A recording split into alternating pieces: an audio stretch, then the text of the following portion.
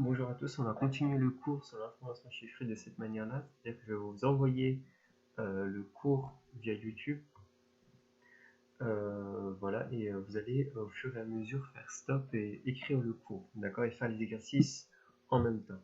Alors, je vais juste, pour ne pas commencer la leçon où est-ce qu'on s'était arrêté, je vais juste reprendre depuis le début, et ça va, en même temps, ceux qui n'ont pas pu écrire correctement le cours pourront rattraper ce qui leur manque. Alors, on est arrivé à la formation chiffrée, je rappelle, et on avait commencé déjà par parler euh, tout ce qui était en rapport, en tout cas des proportions et pourcentages. Et on avait parlé des sous-populations, d'accord?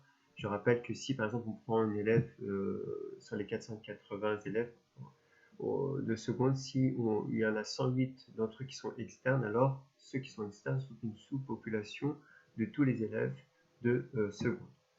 Et on peut calculer ici une proportion, d'accord, c'est petit n sur grand N, c'est-à-dire les 108 sur les 480 qui nous donne 0,225 et ça nous donne en pourcentage 22,5%. D'accord? Donc je passe rapidement sur ce qu'on a vu. Ensuite, on avait parlé pourcentage d'un nombre, d'accord?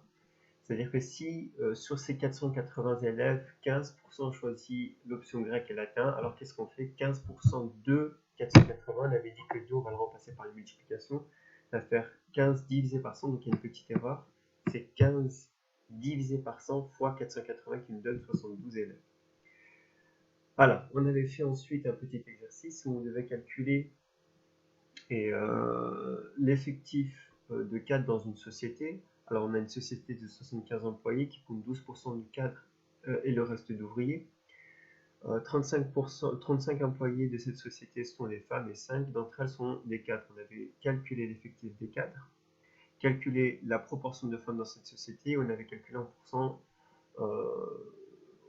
le nombre de cadres parmi les femmes. Et les femmes cadres sont-elles sous ou surreprésentées dans cette société?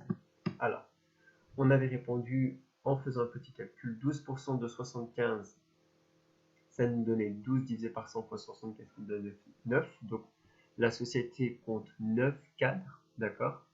Alors, ensuite, on avait calculé le pourcentage de femmes, c'est-à-dire il y a 35 femmes, donc n est petit n est égal à 35, grand N est égal à 75, puisqu'il y a 75 employés, on avait fait 35 divisé par 75 qui nous donne à peu près 0,47.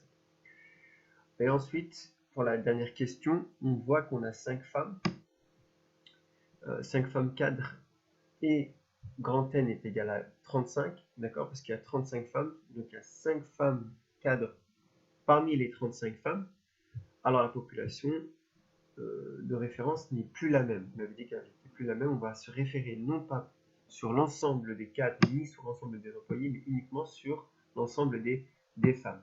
Alors ça nous donne 5 divisé par 35, d'accord, les 5 femmes cadres divisé par les 35 femmes en tout, qui nous donne un septième, qui nous donne environ 14%.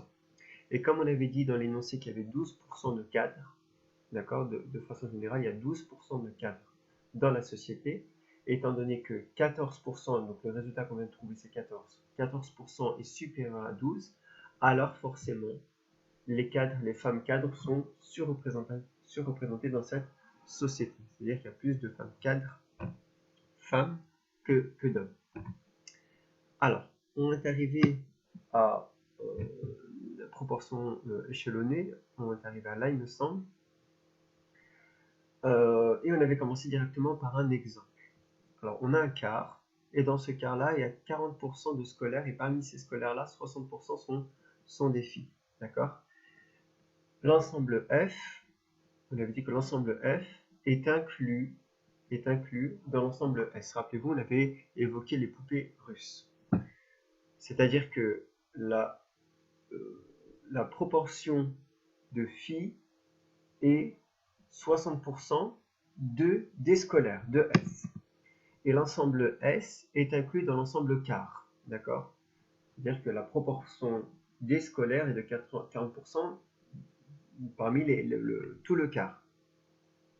Alors, la proportion de scolaires filles dans le quart est donc égale à quoi? 60% de 40%. 60% de 40%, il m'avait dit que le 2, on va le remplacer par une multiplication. Donc 60% de 40%, ça me donne 60 divisé par 100, 60%, 60 divisé par 100, 2, on va le multiplier, on va le remplacer par une multiplication, 40%, 40 divisé par 100. Ça nous donne 0,6 fois 0,4, qui me donne 0,24. Autrement dit, 24%. Et on est arrivé à cette propriété-là. Rappelez-vous ce petit symbole, le petit C allongé. La propriété suivante est celle-ci. Donc A est inclus dans B et B est inclus dans C. D'accord? A est inclus dans B et B est inclus dans C. Donc la proportion P1, donc c'est quoi P1? Est la proportion de A dans B et P2 est la proportion de B dans C. Alors, P est égal à quoi? P1 fois P2.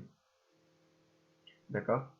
P est égal à P1 fois P2, qui est quoi? La proportion de A dans C.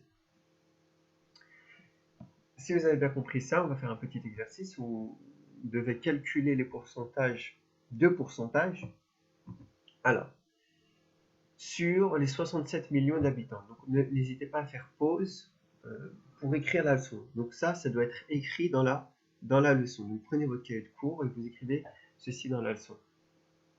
Et puis ensuite, je vous enverrai les exercices et on va les faire au fur et à mesure. Donc, sur 60 millions d'habitants en France, 66% de la population est en âge de travailler, c'est-à-dire, rappelez-vous, les 15-64 ans.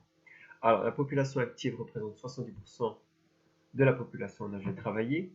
On vous demande déjà de calculer la proportion de population active par rapport à la population totale et combien de Français compte la population active.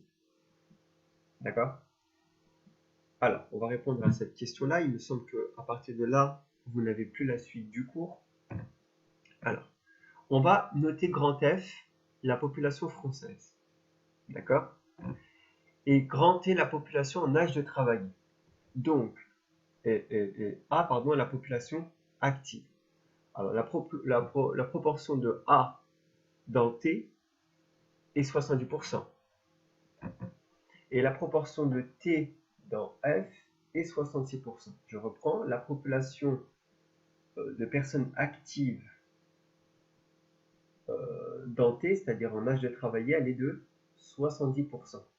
Et la proportion de T dans F, c'est-à-dire la proportion de ceux qui sont en âge de travailler parmi les Français, elle est de 66%. Ça va? Alors, la proportion de A dans F est donc égale à quoi? Elle est égale à quoi? Rappelez-vous, on va utiliser la propriété en rouge qu'on vient d'écrire. C'est-à-dire que là, on a de A dans T et de T dans F. On a ces deux nombres-là. A dans T est de 70%. Rappelez-vous, pourcent, c'est-à-dire divisé par 100. 70 divisé par 100. Et T dans F, c'est 66%. Donc, on va faire 70% de 66%. 70 divisé par 100 fois 66%. C'est ce qu'on va écrire. 70% fois 66% qui nous donne au final 46,2%. On conclut, 46,2% des Français sont actifs. C'est bon? Alors, la deuxième question, c'était combien de Français compte la population active? D'accord? Cette fois-ci, on veut un nombre. On veut un nombre. Combien de personnes sont actives? Donc, bien évidemment, là, on va le faire parmi les 67 millions d'habitants en France. D'accord? Alors, on va faire quoi? Étant donné que 46,2% des Français sont actifs parmi les 67 millions, on va faire 46,2 divisé par 100 fois 67 qui nous donne 30,954. 30,964. On conclut, la France compte environ 31, on arrondit à 31 millions d'actifs. Voilà pour aujourd'hui. Juste, vous notez bien le cours, n'hésitez pas à revenir en arrière et noter la correction. Il me semble qu'il manquait plus que cette correction. Alors, je vais vous envoyer soit demain, soit après-demain la suite du cours. Et on va continuer de cette façon durant les prochains jours à suivre.